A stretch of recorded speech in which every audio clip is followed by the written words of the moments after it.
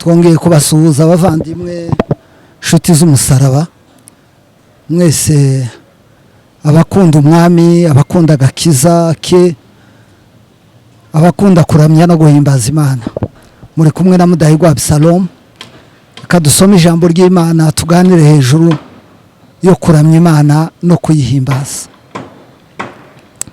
Zaburi y'ijana murongo wa mbere guheraho haravuga ngo mwabari mu isi yose mwe muvugiriza Uwiteka impundu, mukorere Uwiteka munezerewe, muze mu maso ye muririmba. Uwiteka Imana yacu yaduhereye agakiza muri Kristo Yesu, irifuza ko tuza mu maso yayo turirimba, ikifuza ko tuyikorera imirimo yose tunezerewe, kandi ikitunezeza ni agakiza yaduhereye muri Kristo Yesu. Rero unezerewe wese arishima, uwishimye wese araririmba. Kuririmba rero ni igikorwa cyo kuramya Imana no kuyihimbaza, kigaragaza ibyishimo. Ndifuza ko tuganira hejuru y'ubusobanuro bwo kuramya Imana no kuyihimbaza, ariko mbere tutaraganira ubwo busobanuro reka turebe akamaro ko kwishimira Imana no kuyinezererwa. Burya ukorera Imana ugomba gukorera Imana mu munezero. Kunezererwa Imana cyangwa gukorera Imana, kwishimira Uwiteka bigira inyungu nyinshi cyane iyo dusomye ijambo ry'Imana. Inyungu ya mbere dusoma muri Nehemiya 8 umurongo wa 10b, haravuga ngo kwishima no kunezerwa Uwiteka bitanga imbaraga z'umwuka, bigatanga imbaraga z'umubiri. Hari hamwe muri yaririmbye aravuga ngo njiani ananiongoza vizuri, anipa na nguvu za mwendo. Iyo umuntu yaramije Imana akishimira Imana, ugira imbaraga z'umwuka ukagira n'imbaraga z'umubiri. Muzabirebe mu buryo busanzwe, iyo uri mu rugendo rurerure wavunitse warushye, ariko ukumva indirimbo ko itonyangira mu mutima wawe, wongererwa izindi imbaraga zo kugenda. Kwishimira Uwiteka rero bitanga imbaraga. Hari haravuga ngo Nehemiya 8 umurongo wa 10 haravuga ngo nimugende murye mwishime, kuko kwishimira Uwiteka nizo mbaraga zacu. Ikindi, kwishima no kunezerwa Imana bitanga insinzi. Iyo tubisomye mu Ngoma za 2 bice 20 umurongo wa 22 dusanga kwishima no kunezerwa Imana bitanga insinzi. Uhuye n'ibibazo, ufite ibibazo mu buzima, ibibazo bikomeye, intambara urwana nazo se, nakugira inama yo kwishimira Imana ukayinezererwa. Kandi kugira ngo wishimire Imana uyinezererwe bigiraho bikomoka mu gakiza Imana yaguhaye.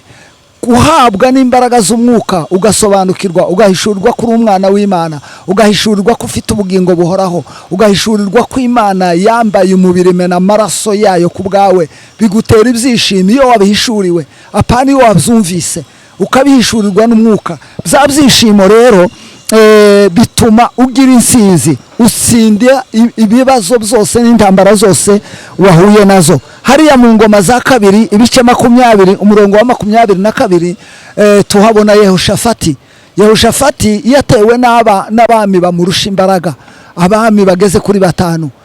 Yumva acitse intege, atekereje imbaraga ziwe arazibura, ahungira mu nzu y'Uwiteka. Ageze mu nzu y'Uwiteka abwira Imana ikibazo afite. Ariko iyo usomye iriya texte y'isengesho rya Yehoshafati, usanga yararitangije no kuramya Imana no kuyihimbaza, kugira ngo ubwoba bushire. Kuramya nicyo kwimara ubwoba, ni naho insinzi ituruka. Yehoshafati yaravuze ngo Uwiteka Imana yanjye, ese si muri wewe harimo imbaraga? Mu kuboko kwawe hari imbaraga zatuma ntawagutanga imbere. Abanza kumenya ko Imana yari inyembaraga, Imana yari inyamaboko. Nyuma yibutsa Imana imirimo yayo, aravuga ngo ese Mana yanjye, si wewe wakuye Israheli mu Giputa, ukabakuza y'ukuboko kurambuye, ukabakiza amaboko ya Farawo, umwami wari ubarusha imbaraga? Arasubira yibutsa Imana amasezerano. Icyo ni icya gatatu.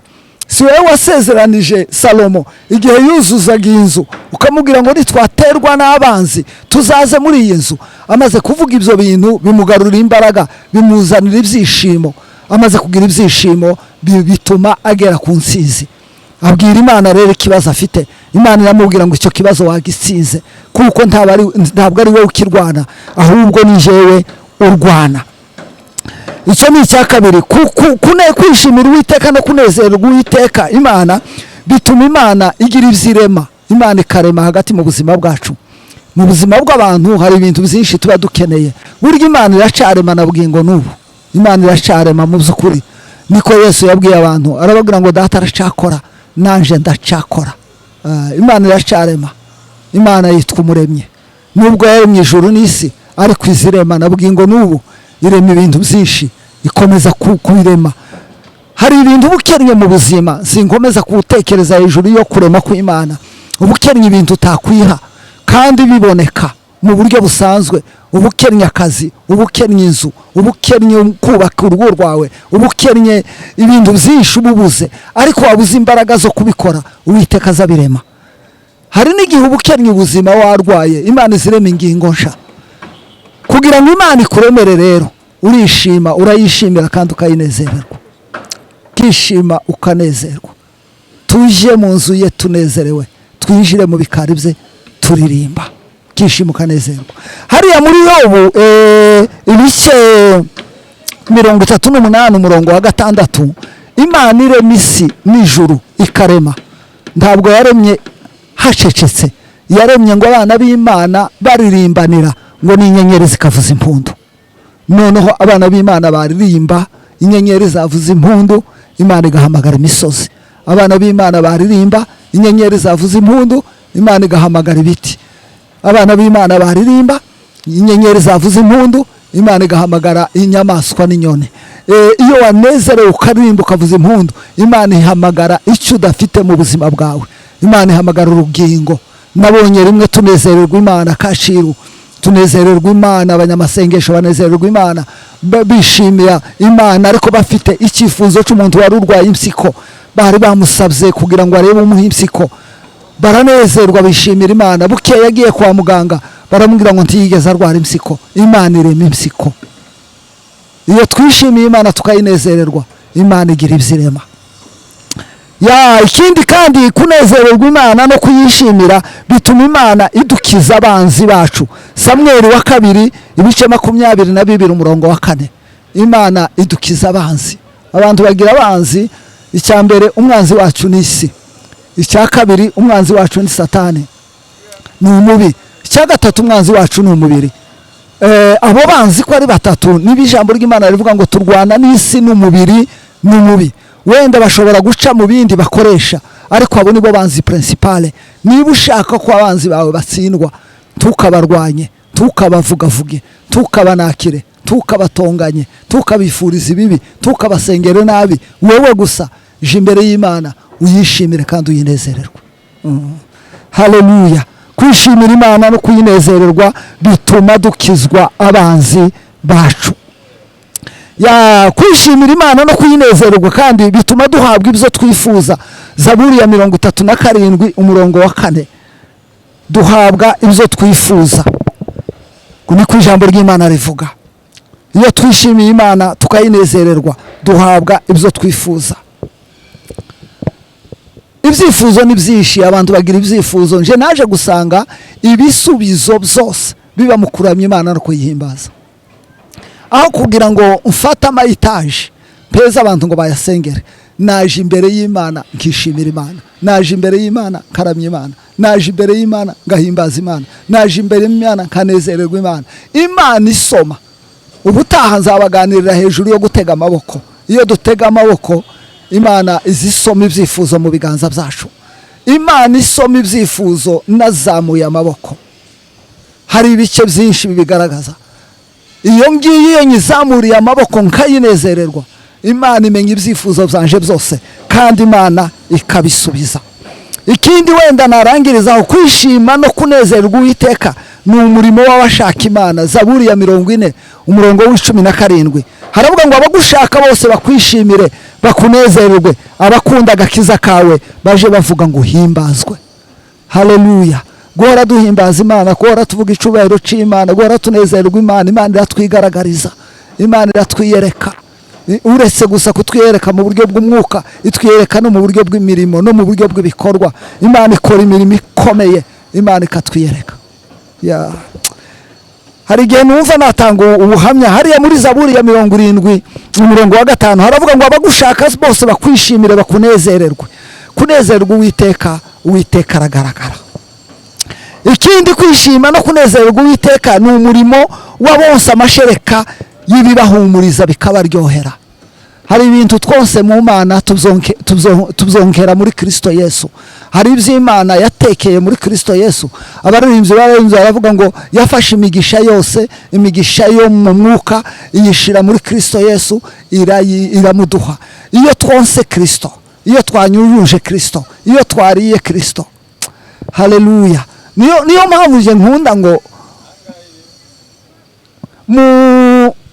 mu biterane byose tujamo ntitugire ikindi tuganire Kristo, kuko Imana ikenera kuko Kristo ari we wenyine tuvuga. Iyo tuvuga tuba turimo tumurya, iyo tuvuga tuba turimo tumunyunyuza, iyo tuvuga Kristo tuba turimo twonka Imana, iyo tuvuga muri Kristo tuba turimo twonka ibyiza bimurimo n'iby'igikundiro n'ibiryoshe byose. Reka mbabwire ko Imana ikiza Abisiraheli amaboko ya Faraho, nta kindi yabakoreye. Yamaze gushira amaraso ku miryango y'amazu yabo kugira ngo umwanzi atinjira. Igisigaye irababwira ngo bagume mu mazu, ntibaryame, ntibicare, ahubwo barya umwana w'intama wokeje. Biriya kwari gusobanura ko inzu ni nka famiye, ni umuryango, n'itorero ni umuryango. Iyo turi mu itorero nta kindi tugomba gukora, tugomba kuvuga Yesu, tukavuga imibabaro ye.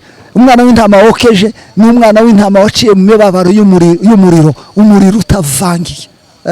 Umuriro, kuko Imana yari yababwiye ngo ntibamuteke cyangwa ntibamurye mubisi, ahubwo bose uwo mwana w'intama. Bisobanura ko Yesu azaca mu mibabaro imeze nk'iy'umuriro. Rero iyo tuteranye nta kindi turya, nta kindi tuvuga Yesu wababajwe. Nico gituma umuririmbyi yaririmbye aravuga ngo mbwira amagambo ya Yesu, umbwira ibyo yankoreye, kandi mbwira imibabaro ye, mbwira uko yahinyuwe nabe, mbwira uko yasuzugurwaga, mbwira imibabaro yaciyemo, vuga iby'igetsemane. Iyo rero turimo turya Yesu, kwishima no kunezerwa Imana ni umurimo w'abantu bariye Yesu bose ari amashereka.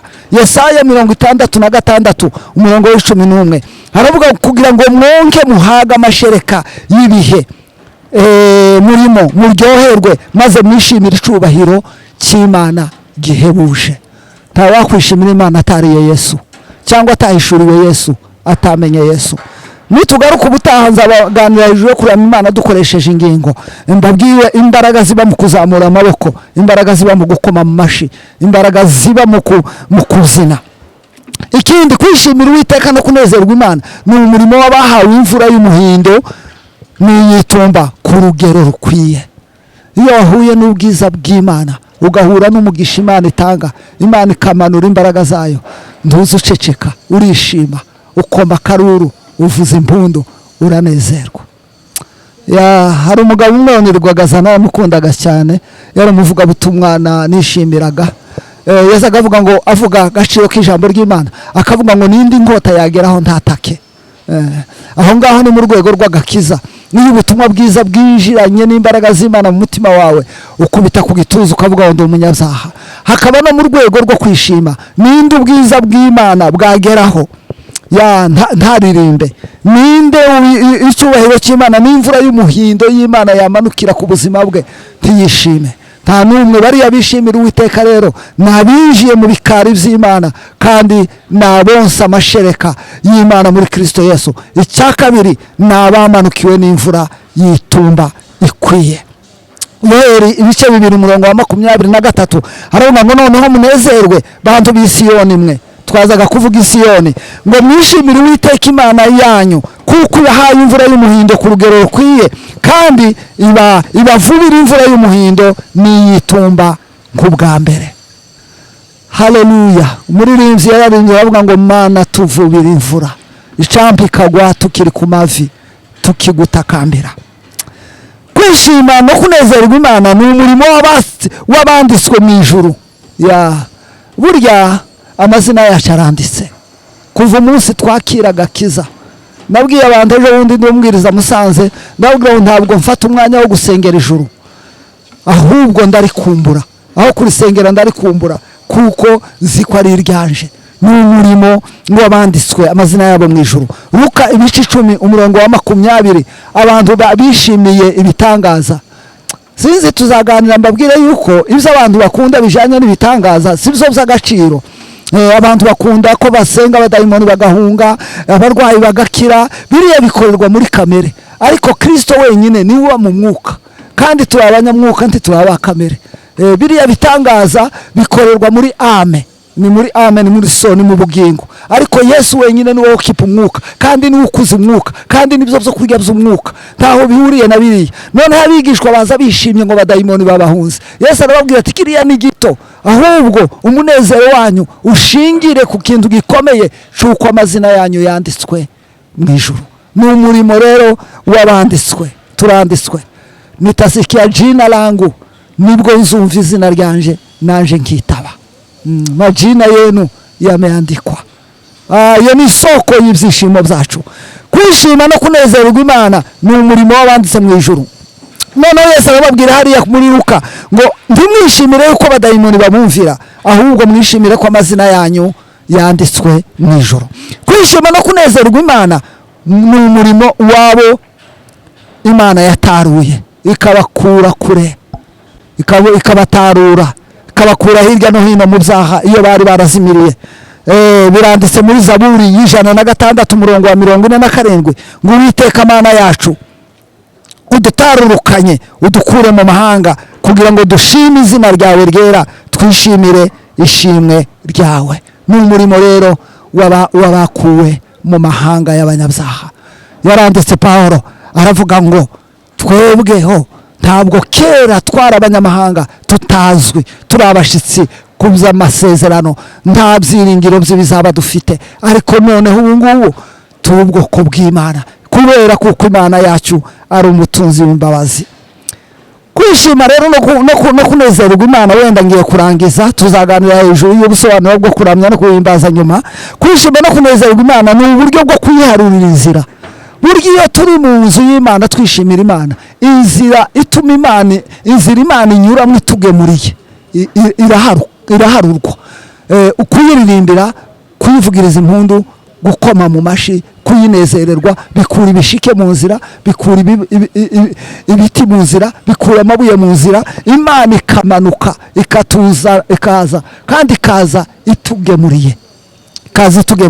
Zaburi ya 68 umurongo wa 5 haravuga ngo nimuririmbire Imana, muririmbire izina rye ishimwe, muyiharurire inzira inyuramo. Kandi iyo Mana yitwa kandi nimanuka iraza ifite igare ryuzuye ingemu. Igare ni cya kintu cyakurwaga n'amafarashi.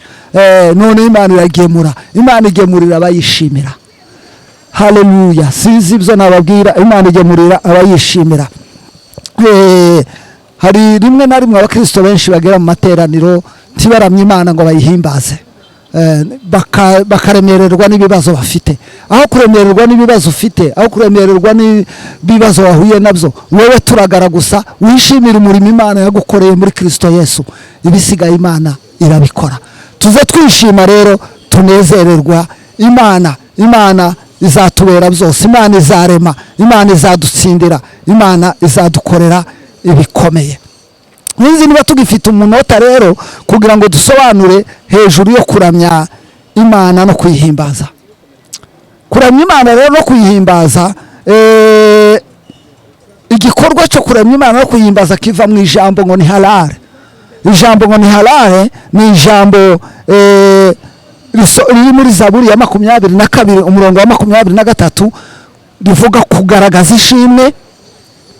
Umuntu wawe uramya Imana agaragaza ishimwe. Icya kabiri aranyurwa. Icya gatatu ariyumva, agira ifyeri.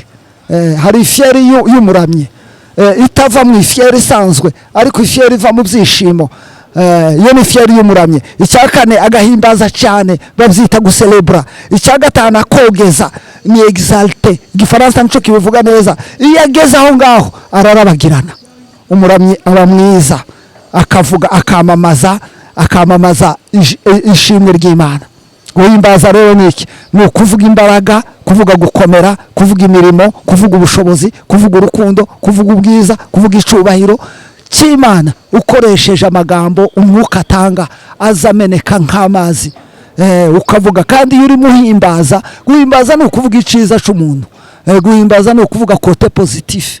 Imana yo igira kote positif iteka ryose. umuntu ashobora kugira kote positif akagira kote negatif, ariko Imana igira kote positif, irera, ni nziza, ni nyarukundo. iyo umaze kuhimbaza rero, kwa guhimbaza kukuremera amayesikariye, kukuremera ubudaharirana. ukuvuga Imana ni kuzamuka, ukuvuga Imana ni kuzamuka, ukuvuga Imana ni kuzamuka. niko n'ubwenge bwawe buhishuka, niko n'ubwenge bwawe bukinguka, niko wibuka n'imirimo y'Imana, ukitera hejuru, wageze ahantu womatana n'Imana, unezerwa cyane. hahandi rero niho bita kuramya. kuramya si igikorwa, ni eta, ni imiterere y'umuntu wishimye. aho ngaho rero ntiyagira ata, ni muri infini. ushobora kwicara position wicaye mu nturuke, ushobora kuba warambaraye nturuke, ushobora kumva n'amagambo asobanuka, n'amagambo yo kuvuga gakama ntabe menshi, wazugira ngo ukumva bisobanuye byinshi, wavuga ngo ame ukumva bisobanuye. aho niho abantu bagera, amatwi y'umwuka akazibuka, ukaganira n'Imana. rero mu kuramya nagukuyemo ibintu bigeze kuri 15, reka aribyo nganira turangize. nabyise ngo ni ugukunda bikabije. iyo wageze aho mu kuramya ukunda Imana biteye ukundi, niho ahandi abaririmbyi bamwe bahagaze bavuga ngo urandyohera cyane kuruta ibiryoha, kuruta ubuki, ngo kandi uhumura neza kuruta ibirabyo byose. aho ngaho kandi mu kuramya no guhimbaza niho Imana ituye, niho muri salo uba wakuruye Imana, n'intebe y'Imana. Zaburi ya 22:4. ibyo ngibyo byo kunezerwa gutyo, umunezero udashira, wa wundi tuzaba dufite mu ijuru, bigirwa n'abaturiye intebe y'Imana. abo ngabo baturiye intebe y'Imana biragira, baranezerwa cyane, baranezerwa, bagasana ni kimwe n'ibinyabuzima. Ibyahishuriwe ibice 2 n'uwa 11 havuga ukuntu ibinyabuzima binezerwa. rero abaramya bisobanuye ko baturiye intebe y'Imana, bibanira n'Imana. ikindi ni intambwe ya Gikristo isumba izindi. kuramya ni intambwe ya Gikristo. iyo umuntu yageze ahantu yuzura amashimwe aba yarakuze. ndashaka ngo mwese mwirefere ku gitabo cy'umugenzi, murebe ukuntu umukristo yatangiye no mu Isayo gahinda gasaze, no kwamwikirisha amategeko, akazamuka akaza kugera muri Beula. hahandi rero ngo umutima usaba ibyishima, akarwara ubwuzu. aho niho abaramyi batuye. akaza ahura n'abamanuka bava mu ijuru, akababwira ngo nibabona umukunzi we ngo bamubwire ko urukundo rwamusabye, arwara indwara yitwa ubwuzu. kuramya rero ni mu byishimo bitangaje. kuramya kandi ni inzira yo guhishurirwa. urashaka kwerekwa, ishimira Imana uyihimbaze. icyo gihe uzahishurirwa, kandi si ukwereka ibyaha by'abandi, si ukwerekwa abantu, werekwa Imana, uhishurirwa Kristo.